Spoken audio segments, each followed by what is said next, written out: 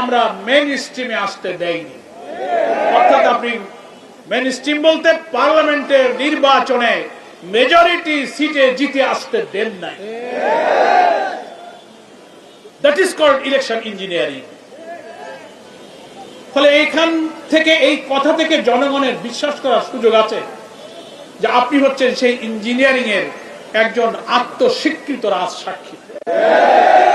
এখন আপনাকেই এটা প্রমাণ করতে হবে যে বিরোধী দল বলতে আপনি কাকে মিন করেছেন। পার্লামেন্টে কি জামাত ইসলামী ছাড়া আর কোন বিরোধী দল আছে? বারবার বলছেন আমি কোন দলকে মিন করিনি। আবার আপনি আজকে দেখলাম এই কথা ব্যাখ্যা দিতে গিয়ে, নিজেকে ডিফেন্স দিতে গিয়ে আপনি আনন্দবাজারের সঙ্গে একটা সাক্ষাৎকারে আপনি বলে ফেললেন, এই কথাটা কেন বলতে গেলেন যে আমি যদি কোনো মবের শিকার হই তাহলে জামাত শিবিরকেই দায়ী থাকতে হবে। আপনি হয়তো কেন আপনি জামাত শিবিরকে দায়ী থাকতে হবে, এই কথাটাকে আমি মনে করি একটা উস্কানিমূলক কথা। আপনার এই উস্কানিমূলক কথা বলার তো কোনো প্রয়োজন ছিল না। জামাত ইসলামী তো কোনো মবকে বিশ্বাস করে না। জামাত ইসলামী কোনো মবের রাজনীতি করে না। জামাত ইসলামী নিয়মতান্ত্রিক, গঠনতান্ত্রিক, ওয়েল ডিসিপ্লিন, ওয়েল অর্গানাইজড একটা সংগঠন। আমাদের শত্রুরাও বলে জামাত ইসলামীর শৃঙ্খলা, আনুগত্য, নিয়মতান্ত্রিকতা, তারা এটার প্রশংসা করে। আপনিও একজন সাবেক উপদেষ্টা হিসাবে জামাত ইসলামী নেতৃবৃন্দের আচরণ, কর্মসূচির সঙ্গে আপনি পরিচিত।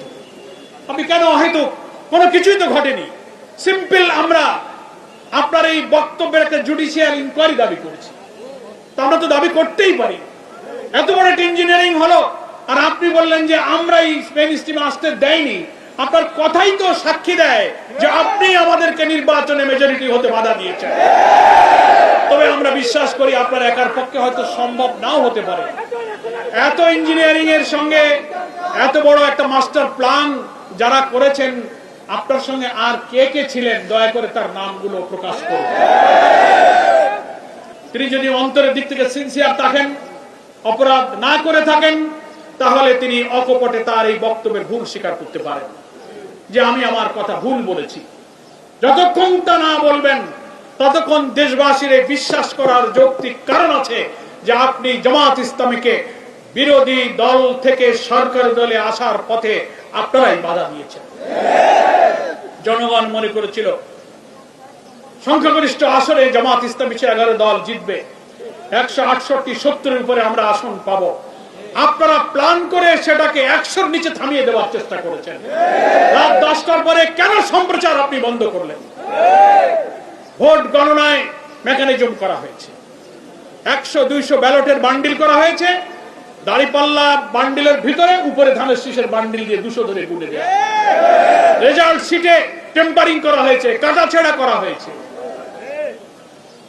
এজেন্ট যারা নির্বাচনে গিয়েছে, বহু প্রিজাইডিং অফিসার সন্ধ্যায় ভোট গণনার আগে তাদেরকে বলেছেন, আমাকে নিজেরা তারা বলেছেন যে সন্ধ্যায় হয়ে বিকালে ব্যস্ত হয়ে যাব, তুমি এখনই এই ফর্মে সই করে রাখো।